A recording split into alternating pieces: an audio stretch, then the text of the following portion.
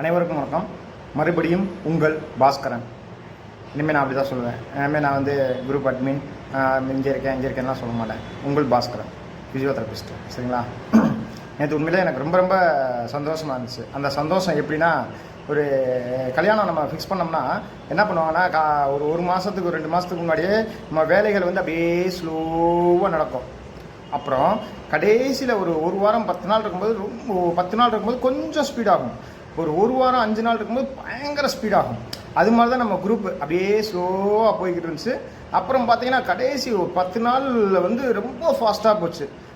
கடைசி அந்த எக்ஸாம் கல்யாணம் முடிஞ்சோடனே அன்றைக்கி நைட்டு எவ்வளோ ரிலாக்ஸாக இருப்பாங்களோ அது மாதிரி நேற்று நைட்டு நான் ரிலாக்ஸாக இருந்தேன். ரொம்ப சந்தோஷமாக இருந்துச்சு. சந்திரமுகி படத்தில் சொல்லுவாங்கல்ல, ஆச்சாரியார் ரஜினிகாந்தை பார்த்து ஏதோ ஒன்று சாதித்த சந்தோஷம் முகத்தில் கண்ணில் தெரிஞ்சுன்னு, அந்த மாதிரி எனக்கு. ஏன்னா நான் அதை பெருமையாக கூட சொல்லிக்கிறேன் நான். ஏன்னா இந்த இது வந்து நம்ம ஆப்பர்ச்சுனிட்டி எல்லாத்துக்கும் நம்ம கொடுத்தது வந்து நிறையா பேர் வந்து இந்த கஷ்டப்பட்டு அவங்க ப்ரிப்பேர் பண்ணுவாங்க. எப்படி ப்ரிப்பேர் பண்ணுறதுன்னு தெரியாது, எதை படிக்கிறதுன்னு தெரியாது. அப்படிலாம் நான் யோசிச்சு தான் நம்ம இதை ஆர்கனைஸ் பண்ணோம். அந்த டிசைன் பண்ணது எல்லாமே அந்த மாதிரி தான் டிசைன் பண்ணோம். நிறையா பேர் ஃபீட்பேக் வந்திருக்கு எங்களுக்கு. நிறையா வந்து 100க்கு 99.9% வந்து பாசிட்டிவ் தான் நம்ம குரூப்பை பற்றி. அவங்க வந்து எவ்வளோ பேர் செலக்ட் ஆகுறாங்க, செலக்ட் ஆகலை, அதெல்லாம் 2வது விஷயம். ஆனால் நம்ம குரூப்பை பற்றி நம்ம ஒருத்தர்லாம் என்ன சொன்னார்னா, ஃப்ரம் நவம்பர் 6th கடைசி வரை நம்ம குரூப்பை ஃபாலோ பண்ணியிருந்தாங்கன்னா கண்டிப்பாக அவங்க 100 கொஸ்டின் கண்டிப்பாக அட்டன் பண்ண முடியும் அப்படின்ற மாதிரி தான் சொல்லியிருந்தாங்க. கடைசியாக நம்ம போட்ட என்னது குயிக் ரிவ்யூ, அப்புறம் மார்க் டெஸ்ட்டு, அதெல்லாம் வந்து அதுலேருந்து நிறையா கொஸ்டின்ஸ் வந்துச்சுன்னு சொன்னாங்க. அது பர்சனலாக நான் ஒன்று வந்து திடீர்னு எனக்கு தோணி, நான் காலையில் வந்து சோசியாலஜியில் ஃபேமிலி செட்டப் வச்சு நான் வந்து ஒரு மெசேஜ் டைப் பண்ணேன். அந்த மெசேஜ்லேருந்து மொத்தம் அந்த இதில் 6 கொஸ்டினை டைப் பண்ணேன். அந்த 6லேருந்து 1 வந்திருந்தது.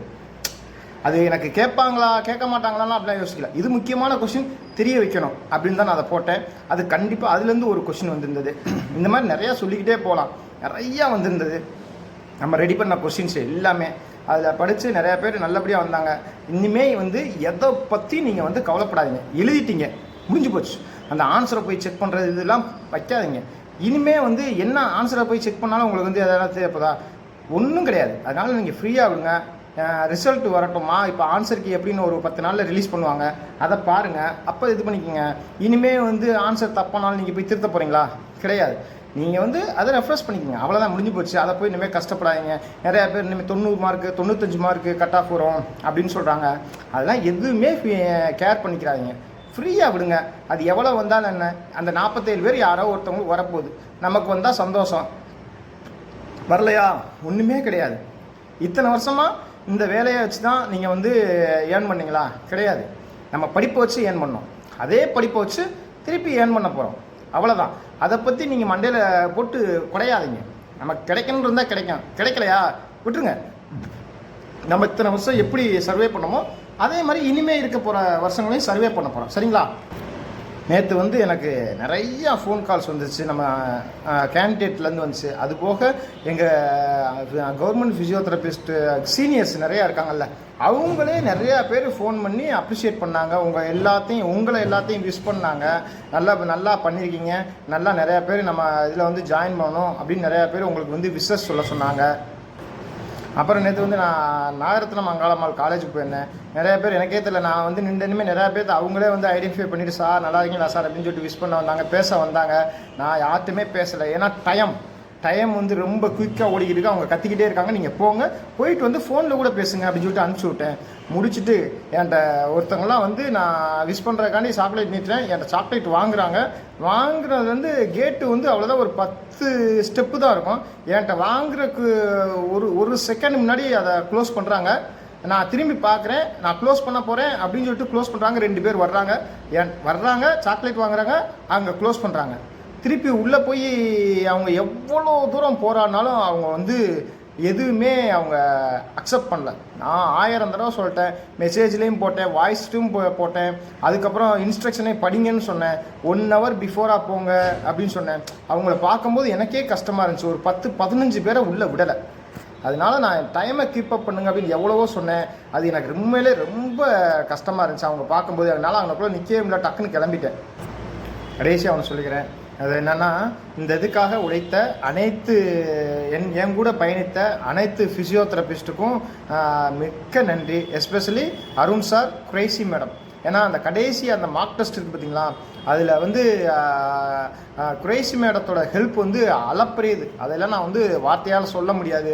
அந்த குயிக் ரிவ்யூ போட்டதாகட்டும் எல்லாமே குரேசி மேடம் தான். அவங்க கொஞ்சம் நல்லா கடைசியில் ஒரு மார்க் டெஸ்ட்டு, அதுக்கப்புறம் அந்த குயிக் ரிவ்யூ. நீங்கள் வந்து அந்த குரூப்பில் இருந்திருந்தீங்கன்னா தெரியும், அந்த நீங்கள் ஒரு கொஸ்டின் கேட்டிங்கன்னா அதுக்கு வந்து எவ்வளோ பெருசாக அவங்க எக்ஸ்ப்ளனேஷன் கொடுப்பாங்க அப்படின்றது. அதெல்லாம் வந்து சான்ஸே கிடையாது. அவங்களுக்குலாம் மிகப்பெரிய நன்றி அப்படின்ற ஒரு வார்த்தையை தான் சொல்ல முடியும், வேறு எதுவுமே நம்மளால் சொல்ல முடியாது. அது அவங்களோட ஹெல்ப்புக்கு மிக்க நன்றி. அவங்க அருண் சார்லாம் எனக்கு வந்து மிகப்பெரிய மாரல் சப்போர்ட்டு. அவங்க 2 பேரும் வந்து கடைசி இந்த கூகுள் ஃபார்ம்லேயும் சரி, மார்க் டெஸ்ட்லேயும் சரி ரொம்ப ரொம்ப ஹெல்ப் பண்ணாங்க. அவங்க 2 பேருனால தான் இவ்வளோ தூரம் நம்மளால் வந்து சக்ஸஸ் பண்ண முடிஞ்சிச்சு. அவங்க 2 பேர்த்துக்கு மிக்க நன்றி. அதுக்கப்புறம் அந்த தமிழை பற்றி பேசியே ஆகணும். ஏன்னா நிறைய பேர் வந்து தமிழ் தான் சார் நமக்கு ஒன்றுமே தெரில அப்படின்ற மாதிரி இருந்தாங்க. ஆனால் மோகனா மேடமும் ஜெகநாதன் சாரும் கொடுத்த கொஸ்டின்ஸ் வந்து ரொம்ப ரொம்ப ஹெல்ப்ஃபுல்லாக இருந்துச்சு. அவங்க என்ன சொன்னாங்கன்னா, சார் நம்மனா இதுலேருந்து நிறையா கொஸ்டின்ஸ் அதில் வந்து வந்துருந்துச்சு அப்படின்னு சொன்னாங்க. மோகனா மேடம், ஜெகநாத் சார், அவங்க 2 பேர்த்துக்கு மிகப்பெரிய நன்றி. அப்புறம் இது வந்து இந்த ஆரம்பித்து இது எழுதி நல்லபடியாக போனதுக்கு எங்களோட உதவி செய்த அனைத்து நல்ல உள்ளவங்களுக்கும் மிகப்பெரிய நன்றிகளை சொல்லிக்கிறேன்.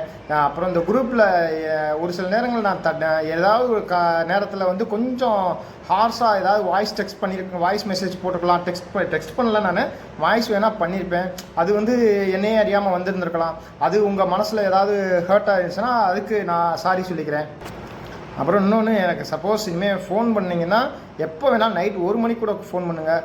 ஆனால் காலையில் 6 மணிலேருந்து 8:30 வரை ப்ளீஸ் யாரும் ஃபோன் பண்ணிடாதீங்க. அது வந்து என்னோடய பீக் ஹவர். நன்றி, வணக்கம். இனிமேல் நம்ம அப்படியே பயணிப்போம், இந்த குரூப்பை அப்படியே தொடருவோம். ஏதாவது ஒன்றுனா நம்ம அதில் பேசிக்கிடுவோம். நன்றி, வணக்கம்.